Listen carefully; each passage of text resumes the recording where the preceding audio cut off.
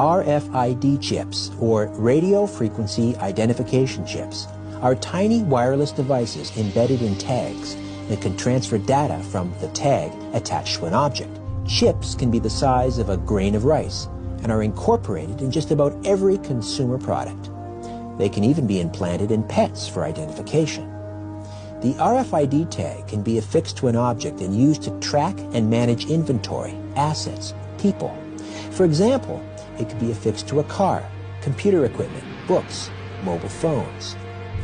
But the ubiquitous nature of these RFID chips have some worried that they might one day be used to track and control humans. How long, they wonder, before all citizens are urged to implant RFID chips under our skin? Many have started paying for things with our phones, even watches. One company, though, wants to take that technology to another level by implanting a chip in your hand. Neuralink is also generating concern among some people. Musk has officially confirmed that hopefully later this year we'll do our first human device implantation. Indeed, Elon Musk's Neuralink has been making headlines as it applies its revolutionary research to all humans. Adolf Hitler, Mussolini, and Stalin would have given their left arm for such a surveillance system.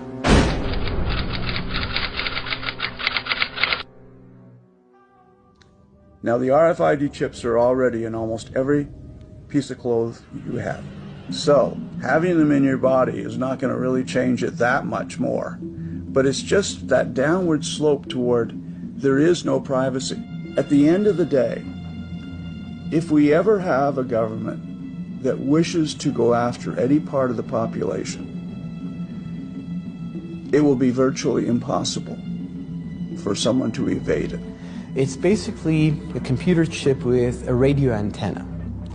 Now, they can be made small as a grain of sand, and who knows going forward what forms they're going to take, but right now the typical RFID chip looks like a grain of rice.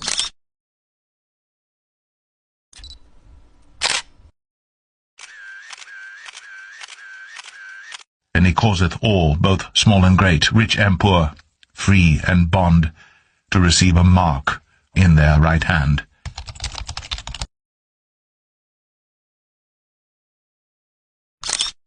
Or in their foreheads.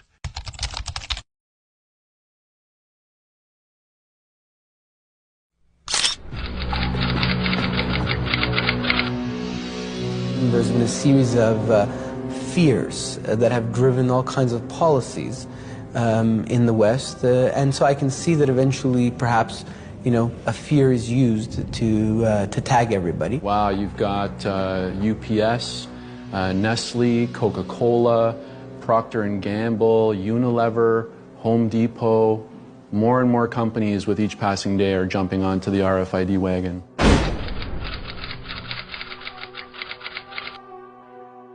Because there is no law to indicate whether or not an RFID is present, as the consumer basically opens themselves up to data mining simply based on the fact that this chip can be read at a distance and without the consumer knowing. So you start to encroach on a person's privacy. You can extrapolate and mine specific data about the individual, certain habits, certain specific behaviors that they might have, where they shop, so on and so forth. Think about how they encroach on our privacy.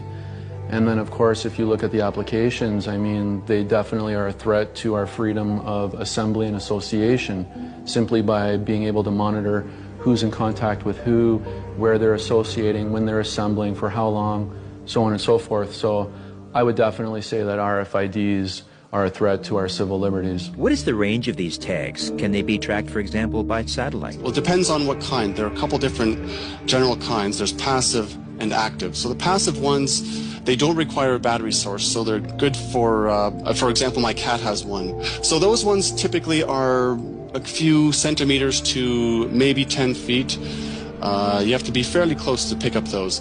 The other ones that have a battery attached, like the transponder in your car to take a toll road, for example, they're attached to your car's power system, so they can afford to transmit a lot further. Those are active RFID transponders, and those can be up to about 100 meters. The main purpose of tagging human beings is security. What we're told is that if you have a tag underneath your skin and you have a child, the child can be retrieved. If you are in an accident far from home, this tag will then give them a code that they can put in a database that opens up your medical files and can save your life. These are the arguments that are being promoted when it comes to tagging human beings. And it's very compelling. The problem, of course, is where it could lead, such as the surveillance of the population. Can they be implanted under the skin? RFID chips can definitely be implanted under the skin. Back in 2004, the FDA had approved consumer implants. And in the same year, there was a nightclub in Barcelona which actually offered RFID chips to their VIP clientele.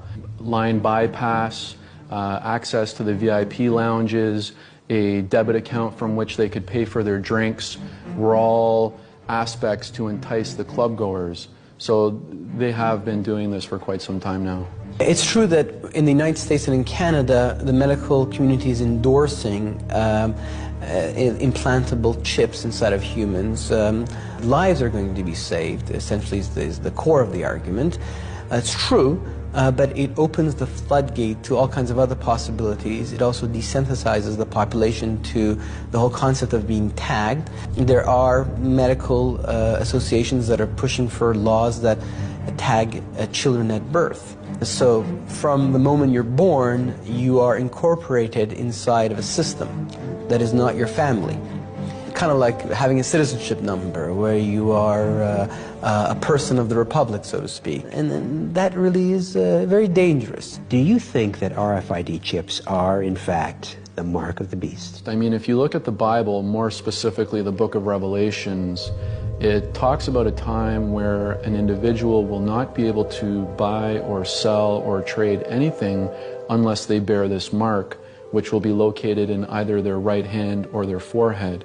And if you think about how we've been slowly creeping towards a cashless society, and if you think about how we've been conditioned over the years to simply swipe a card or to just tap a card, I mean, all you got to really do now is just remove the card altogether.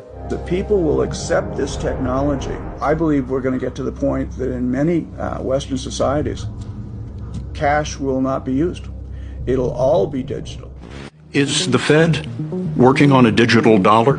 We are actually evaluating that. Most major countries are now looking at the possibility of having a digital currency and really asking the question. Imagine a government that creates money that has an expiration date, and if you don't use it, it'll disappear. That's happening already with the digital yuan, and Americans are rightfully skeptical. President Biden issued an executive order to explore the creation of a U.S. central bank digital currency, effectively converting the dollar into a centralized digital currency. The U.S. dollar is in the process of being replaced by a central bank digital currency, or a CBDC.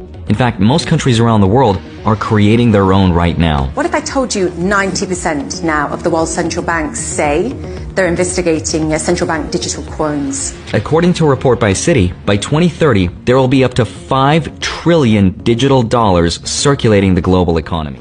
And once this system exists and people have graduated to a chip beneath the skin, all the government would have to do is say, come down to your local city hall in the next 30 days and we will add 666 to your already existing number. And it could happen just in a matter of months.